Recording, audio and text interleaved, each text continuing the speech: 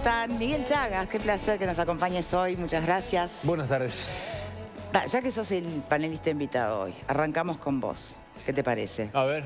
Porque acá, antes de que empezara el programa, ya se había picado un poquito el ambiente en torno al tema con el que estamos iniciando ahora el programa, y es la aprobación en senadores finalmente de la ley de reforma del sistema previsional militar, ¿no? De la famosa caja militar, que tuvo una pulseada bastante interesante, de la cual, por lo que escuché antes del programa, sabía poco. hay datos de internas. ¿A nosotros qué nos llega?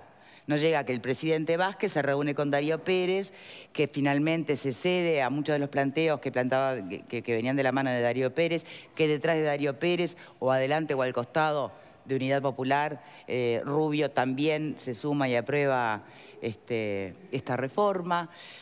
¿Qué pensás vos? Y bueno, es un tema bastante complejo, ¿no? Yo celebro la actitud que toma el presidente, ¿no? Porque en definitiva el presidente de la República toma cartas en el asunto verdaderamente. Cuando ve que en el Parlamento la situación está bastante compleja y que los propios legisladores oficialistas no se pueden poner de acuerdo, bueno, se acusa de la situación y tiene este encuentro con Darío Pérez. Y después es que no se ponen de acuerdo, siempre falta el 50, ¿no? Siempre falta Darío Pérez. Y después lo otro que a mí me suena un poco raro, me rechina y no lo logro entender, es cómo algunos legisladores se oponen tajantemente o se oponían tajantemente a lo que proponía Darío Pérez, y ahora, tras el mandato del presidente, bueno, se dice, como se dice vulgarmente, piolín en bolsa. Por eso, cuando tú decís celebro la actitud del presidente, ¿cuál te iba a preguntar? ¿O cómo interpretás la actitud? ¿Fue un llamado al orden o fue un diálogo? No, yo interpreto la actitud como que verdaderamente se interesó, se preocupó por el planteo que tenía para hacer Darío Pérez. Yo en la radio, por ejemplo, había entrevistado a otros legisladores que se oponían a lo que planteaba Pérez, y si vos tratabas de entrar en detalles, como que no conocían tampoco mucho el planteo que estaba haciendo el diputado. La intención de Vázquez es que de alguna manera esta ley sea de los puntos fuertes o de los recuerdos de lo que fueron los años del Frente Amplio, o es el toque de inicio para la campaña electoral del 2020. Yo las intenciones de Vázquez no las conozco, pero miro la situación y para mí sigue sin estar nada claro en qué se cambia tanto o no se cambia, si realmente el problema que es el déficit de la caja militar se soluciona con esta ley o no. Pero es que era solo ese el problema, era solo un tema de déficit fiscal. Es que, vamos a entenderlo, yo lo miro como contribuyente. Yo creo que el sistema de pensiones militares tiene diferencias muy favorables para todos los miembros con respecto a cualquiera de nosotros, el que está mirando. Sí, pero no se cambia, pero no tanto. Porque, perdón, si el monto máximo pasa a 110.000 pesos, nadie que se jubile mañana con el monto máximo llega a esa cifra, sí, pero, si no es militar. En algunas cosas que cambia es que antes te jubilabas con el total más un plus porque subías de grado. Eso se elimina y te jubilás con el 85%. Se hizo un compromiso chiquito, sí, pero yo te digo lo siguiente. Juan de los Palotes, mañana, 35 años de trabajo, 65 años de edad, se jubila, el máximo tenía un ingreso altísimo, llega a 60.000 pesos, ¿está? Y el oficial que va a tener la posibilidad jubilatoria puede llegar a jubilarse con 110.000, casi el doble. Entonces, creo que sigue siendo injusto para el común de los mortales. Bueno, pero entonces tendrías que barajar y dar de nuevo, ¿no? Yo y todo. Ya no sería una reforma, sería un tendría cambio que ser una reforma estructural, un cambio estructural de cómo se daría la jubilación y todo el sistema militar. Yo creo que de todas maneras estos cambios cambian cosas. Entre otras cosas se subsana aquel tema de, bueno, si entra con determinada edad y se tiene que retirar a los 45, no se va a poder jubilar. Eso también se modifica. Lo que yo creo que acá, esta jugada del presidente Vázquez trata de enmendar todo lo que se hizo mal, porque terminan aprobándose cosas que el propio comandante y jefe del ejército, ahora sancionado por hablar públicamente del tema, había advertido. Yo creo que si se hubiese escuchado, si se hubiese permitido que los militares fueran al Parlamento a hablar de lo que tenían que hablar, y si se hubiese hecho una cuestión menos autoritaria y menos arrogante a la hora de ejercer Perdón, me está cerrando feo. ¿Por qué le los estoy militares, perdóname, Vero. ¿Me podías dejar me interrumpiste como 14 veces, pero no importa. Está bien. Le está cerrando feo. La autoritaria y errante no. El ejército y el comandante en jefe es subordinado del presidente. Y él no puede opinar de ningún punto de vista político. Ahora, y si deciden que no va al Parlamento, no va al Parlamento y vienen en bolsa, querido. Si no, pedí pase de retiro y pasa a la vida civil. ¿Me parece bien que vos reformes todo esto sin tener la voz de las personas que estás afectando? ¿Tú crees que no lo saben? ¿Tú crees que no lo saben? Democracia. Bueno, los legisladores parece que muchas cosas no saben. Uno de a uno, por favor, porque si no, no se escucha. Los legisladores tenían que tener la oportunidad, si iban a votar una reforma de este tipo, de escuchar a quienes son los principales implicados. Porque se puede que vayan ellos mismos a hablar. No, yo creo que al final se terminó haciendo lo mismo por un camino más largo que desgastó a todas las partes. Tuvo que salir Vázquez a rescatar esta situación de un gran papelón. Y otra cosa que también quedó de manifiesto es que dentro del Frente Amplio a nivel de bancada no había nadie que tuviera la capacidad de negociar, porque si esto quedaba a nivel de bancada nada más, no sé qué hubiese pasado. ¿Está equivocada como plantea Alfredo Vero o estás alineado? Yo creo que la dificultad consiste en ver en forma separada el sistema de la jubilación o de las facilidades militares del servicio militar en general, de cómo se organiza y se financia el presupuesto de las Fuerzas Armadas. Porque como bien señala Alfredo, y creo que en esto estamos todos de acuerdo, el sistema jubilatorio de los militares tiene diferencias que son, digamos, en beneficio de los militares con relación a si uno compara con el resto digamos, del sistema jubilatorio. Ahora, ¿por qué eso es así? Ojo que es una gran trampa eso también, porque hace que los rangos inferiores tengan unos salarios muy por debajo de lo razonable. Pero quiero decir, ¿por qué eso es así? O sea, alguna explicación debe tener. Y no creo que la explicación sea darle un beneficio, darle un privilegio y luego, mucho menos después de tantos años de gobierno del Frente Amplio, a ese sector del país. Y yo creo que la razón de esa diferencia y de ese sistema jubilatorio privilegiado de poder jubilarse a los 45 años, de irse con de repente un ingreso superior al que se percibía o igual al que se percibía en actividad, tiene un fundamento. Y el fundamento es que si uno contrasta los sueldos que perciben los militares que están en actividad, desde el escalón más bajo, soldado de segunda, soldado de primera, cabo, sargento, etcétera, incluso hasta grados oficiales altos, en relación al resto de la sociedad, y sobre todo, esto vale tanto para los personal de tropa como para los oficiales, están por debajo, digamos, del promedio de quienes tienen similar, por ejemplo, en el tema de la policía, por ejemplo. Sí.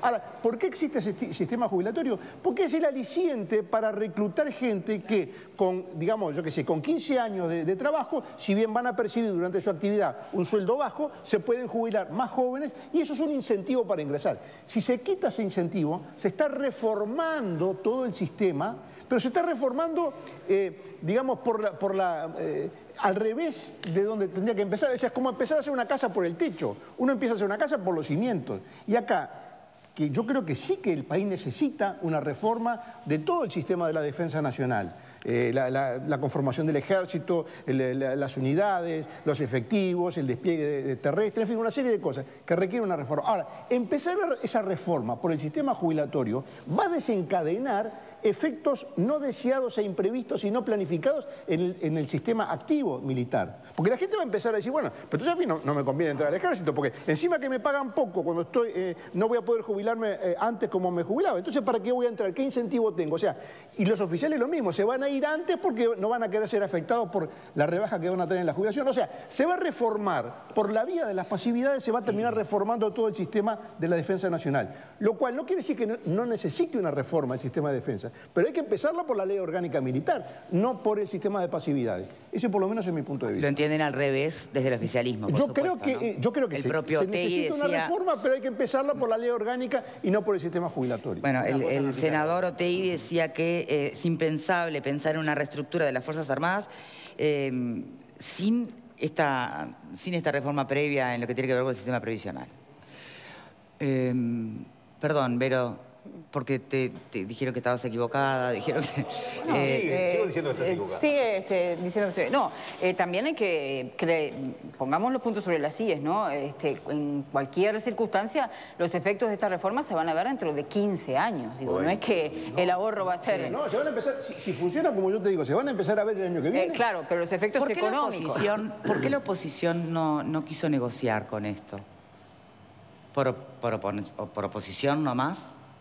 Y ahí son 70.000 votos posibles en las próximas elecciones, querido. Me voy a tirar contra un grupo fuerte donde que puede pesar en las próximas elecciones. Demagogia electoral. Entonces en las próximas elecciones ningún soldado raso... La familia militar me la gano. Pará, está en la tapa del libro. Entonces ningún militar va a votar al Frente Amplio.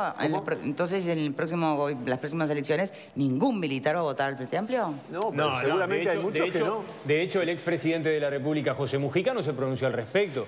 Acá la sanción parte del Poder Ejecutivo al comandante en jefe del Ejército, pero a las pocas horas habló el expresidente de la República y le preguntaron, bueno, ¿quién estuvo bien? ¿Estuvo bien el presidente en sancionar a Manini Ríos o estuvo bien Manini Ríos en decir lo que pensaba? Y Mujica dijo, estuvieron bien los dos. Situación muy contradictoria, porque es imposible, no. O estuvo bien el presidente o estuvo bien Manini Ríos. Bueno, Mujica no quería sancionar a Manini Ríos, ¿no? El gobierno de el MPP no lo quería sancionar. ¿Y por qué no quería? ¿Por qué no quería? Por lo mismo... Entiende que tiene razón. No, y los votos pero no quería por lo mismo, por lo que no se metió la oposición. Y la familiaridad también a veces pesan. No, pero Mujica a mi parecer me parece que no se quería meter por lo mismo que la oposición no quería negociar, porque es un tema bastante complicado. Y aparte son votos de Mujica.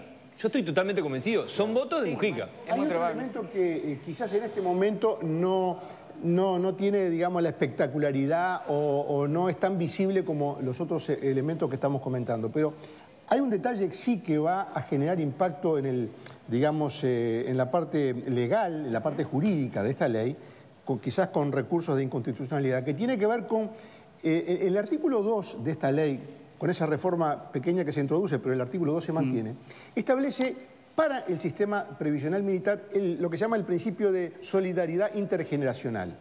Pero se incluye como, digamos, aportantes a este sistema intergeneracional los pasivos. Es decir, aquel famoso impuesto a las jubilaciones militares, digamos, reaparece a través de este concepto del sistema intergeneracional. ¿Qué es lo que sucede?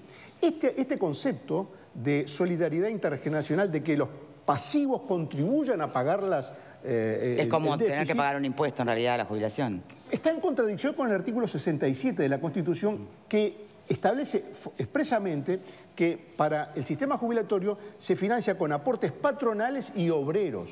No habla de aportes de los jubilados.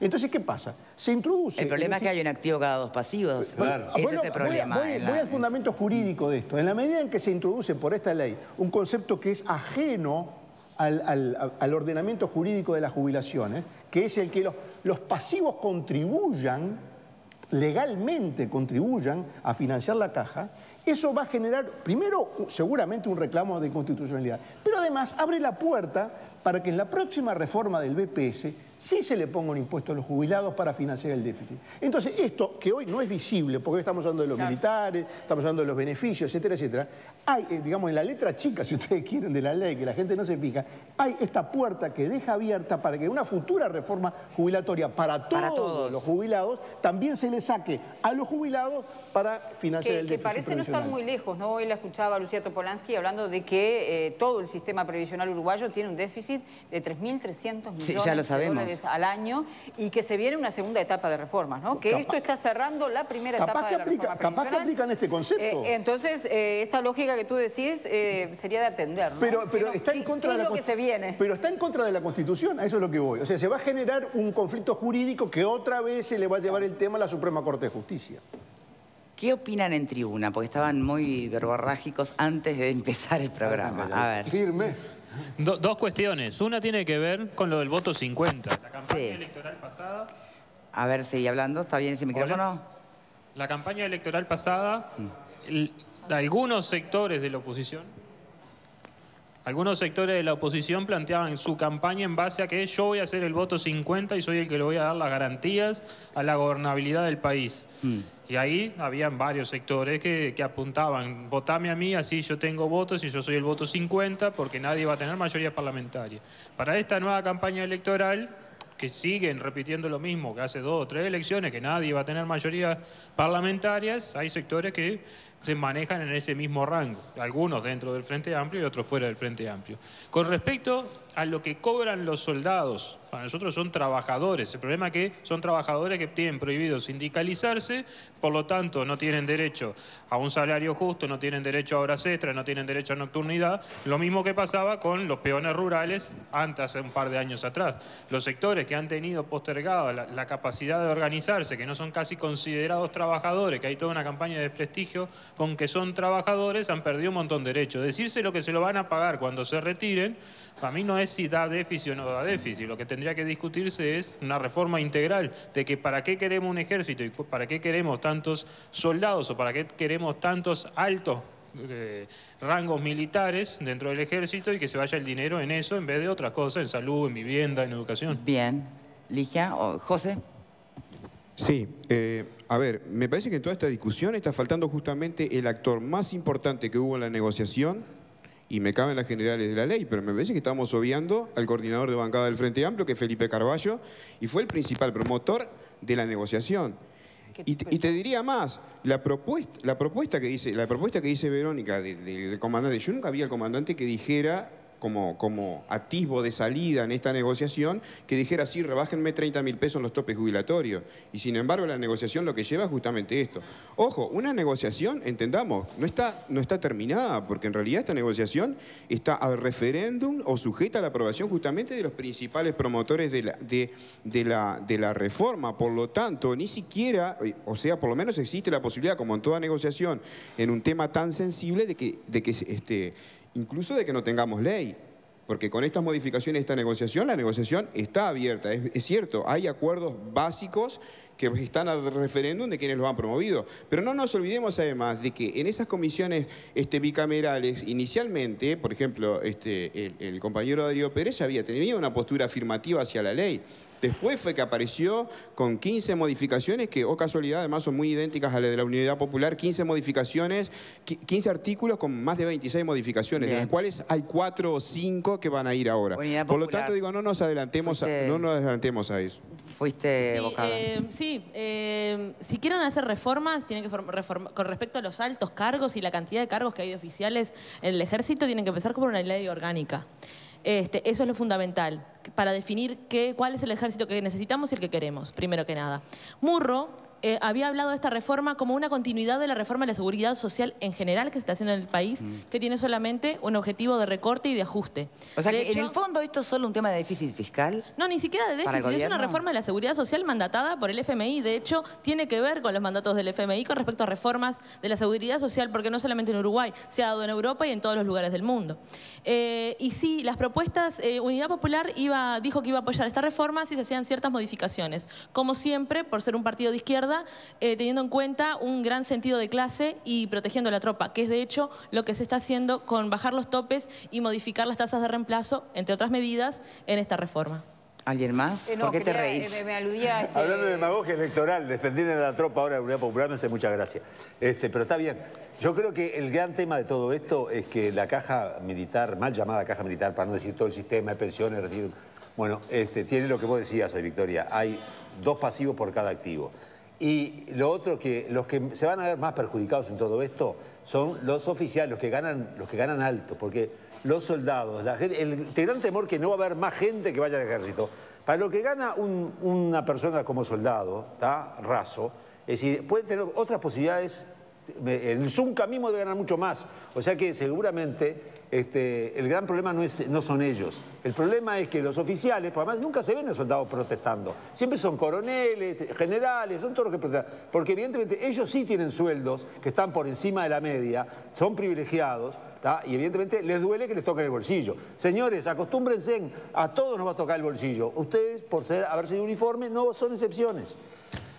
Bien, señores, vamos a hacer la primera pausa y vamos a tener que seguir atentos a ver cómo evoluciona, si esta negociación efectivamente está cerrada o no. Después, cuando regresemos, ahora que hablamos justamente de los costos políticos, las movidas para marcar perfil o no dentro de la previa de las elecciones, nos está visitando Larrañaga después de esta pausa. Ya venimos.